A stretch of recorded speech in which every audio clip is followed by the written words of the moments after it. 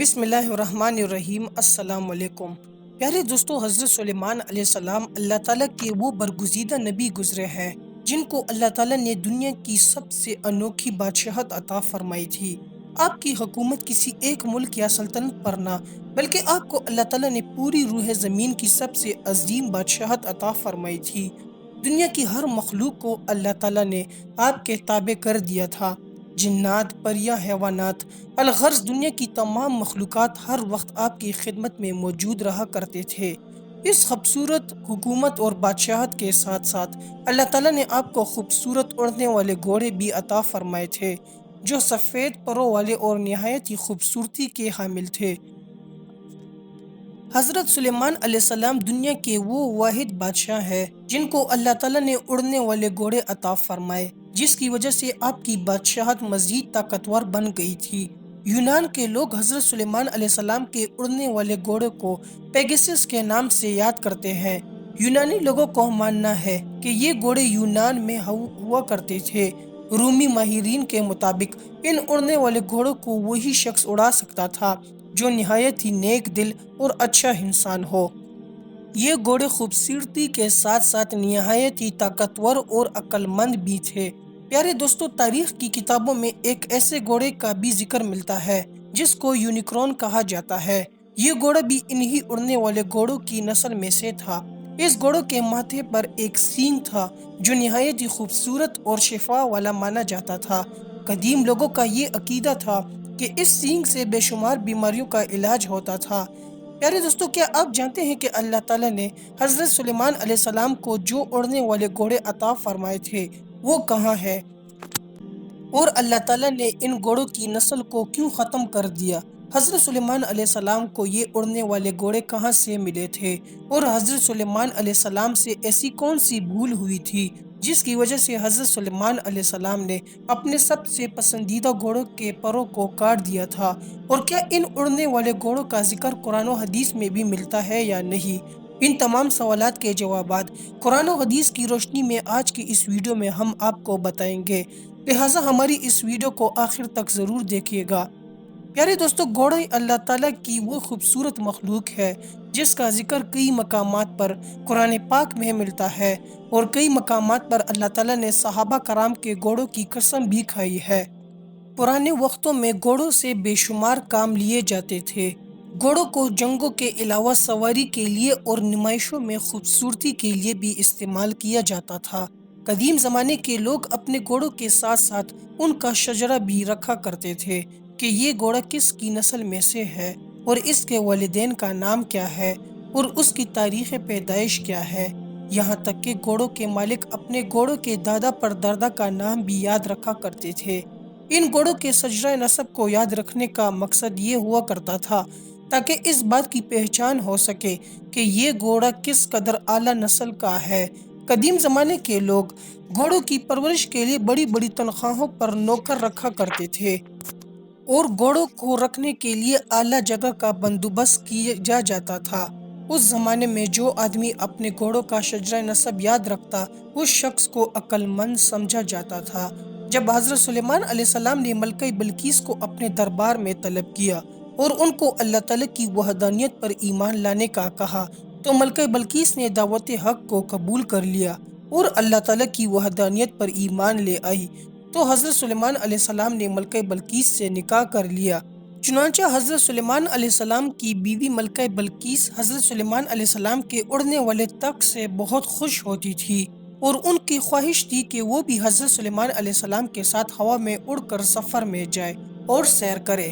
ایک مرتبہ ملکہ بلقیس نے حضرت سلیمان علیہ السلام کی بارگاہ میں عرض کی کہ آپ ہر وقت اڑنے والے تخت پر بیٹھ کر پوری دنیا کی سیر کرتے ہیں، میری بھی خواہش ہے کہ میں آپ کے ساتھ اڑنے والے تخت پر بیٹھ کر دنیا کی سیر کر سکوں۔ اس طرح جب ملکہ بلقیس نے حضرت سلیمان علیہ السلام کے سامنے اپنی خواہش کا اظہار کیا تو حضرت سلیمان علیہ السلام نے فوراً ہوا کو حکم دیا، تو ہوا میں اڑنے والا تخت آپ کے سامنے موجود ہو گیا۔ اس وقت حضرت سلیمان علیہ السلام نے ہوا کو حکم دیا کہ ملکہ بلقیس کو پوری دنیا کی سیر کراؤ۔ چنانچہ ملکہ بلقیس اور حضرت سلیمان علیہ السلام اس تخت پر سوار ہوئے اور وہ تخت ہوا میں اڑنے لگا۔ اس طرح حضرت سلیمان علیہ السلام اور ملکہ بلقیس پوری دنیا کی سیر کرتے کرتے ایک جزیرے کے پاس پہنچے۔ ہوا میں اڑنے والے اس تخت نے حضرت سلیمان علیہ السلام اور ملکہ بلقیس کو سمندر کے بالکل درمیان میں اتار دیا۔ جس جگہ پر حضرت سلیمان علیہ السلام اور ملکہ بلقیس کو اتارا گیا تھا وہ 7 سمندروں کے درمیان ایک خوبصورت جزیرہ تھا۔ ملکہ بلقیس اس جزیرے میں اتر کر سیر کرنے لگی۔ ملکہ بلقیس جزیرے کی خوبصورتی کو دیکھ کر خوش ہونے لگی کہ اچانک ان کا گزر ایک ایسی جگہ سے ہوا جہاں پر کافی سارے گھوڑے موجود تھے اور وہ گھوڑے آپس میں کھیل رہے تھے۔ ملکہ بلقیس ان گھوڑوں کی خوبصورتی کو دیکھ کر بہت ہی خوش ہوئی۔ اس طرح جب ان اڑنے والوں گھوڑوں کی نظر حضرت سلیمان علیہ السلام پر پڑی تو وہ خوبصورت پروں والے گھوڑے اڑتے ہوئے غائب ہو گئے۔ ملکہ بلقیس اور حضرت سلیمان علیہ السلام کو وہ اڑنے والے گھوڑے بہت پسند آئے۔ حضرت سلیمان علیہ السلام اپنے دربار میں واپس تشریف لائے اور تمام جنوں کو اکٹھا کیا اور حکم دیا کہ اس جزیرے میں جاؤ اور ان گھوڑوں کو پکڑ کر لاؤ۔ وہ گھوڑے اڑ کر جہاں بھی گئے ہیں ان کو یہاں لایا جائے۔ اس وقت تمام جنوں نے حضرت سلیمان علیہ السلام کی بارگاہ میں عرض کی کہ زمین میں رہنے والے جن سمندر میں جا کر ان گھوڑوں کو گرفتار نہیں کر سکتے، یہ کام بس ایک ہی جن کر سکتا ہے۔ تو حضرت سلیمان علیہ السلام نے فرمایا کہ جو جن ان گھوڑوں کو پکڑ کر لا سکتا ہے اس جن کو میری بارگاہ میں حاضر کیا جائے۔ وہ جن کون ہے اور اس وقت کہاں ہے؟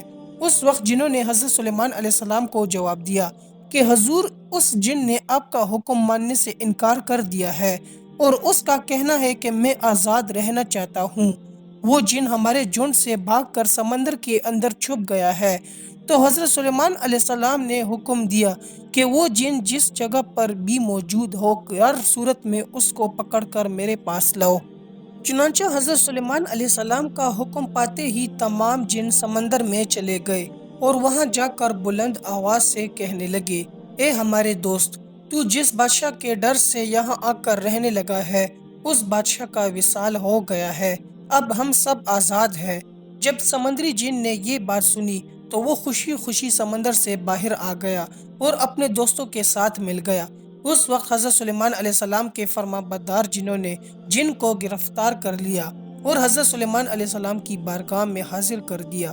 اس طرح جب اس جن نے حضرت سلیمان علیہ السلام کو دیکھا تو وہ جن ڈرنے لگا اور حضرت سلیمان علیہ السلام سے کہنے لگا کہ مجھے کچھ مت کہنا، میں آپ کے حکم کی فرمانبرداری کروں گا اور آپ کے حکم کے مطابق ہی رہوں گا۔ تو حضرت سلیمان علیہ السلام اس جن سے فرمانے لگے کہ میں سمندر کے ایک جزیرے پر سیر کرنے کے لیے گیا تھا تو میں نے وہاں پر ایک عجیب النسل گھوڑوں کو دیکھا جن کے خوبصورت پر تھے اور وہ اڑنے والے گھوڑے تھے۔ حضرت سلیمان علیہ السلام کی یہ بات سن کر سمندری جن نے جواب دیا کہ حضور مجھے معلوم ہے کہ وہ سمندری گھوڑے کہاں پر موجود ہے اور سمندر کے کس حصے میں ہے۔ تو حضرت سلیمان علیہ السلام نے اس جن کو حکم دیا کہ ان گھوڑوں کو پکڑ کر میرے پاس لاؤ۔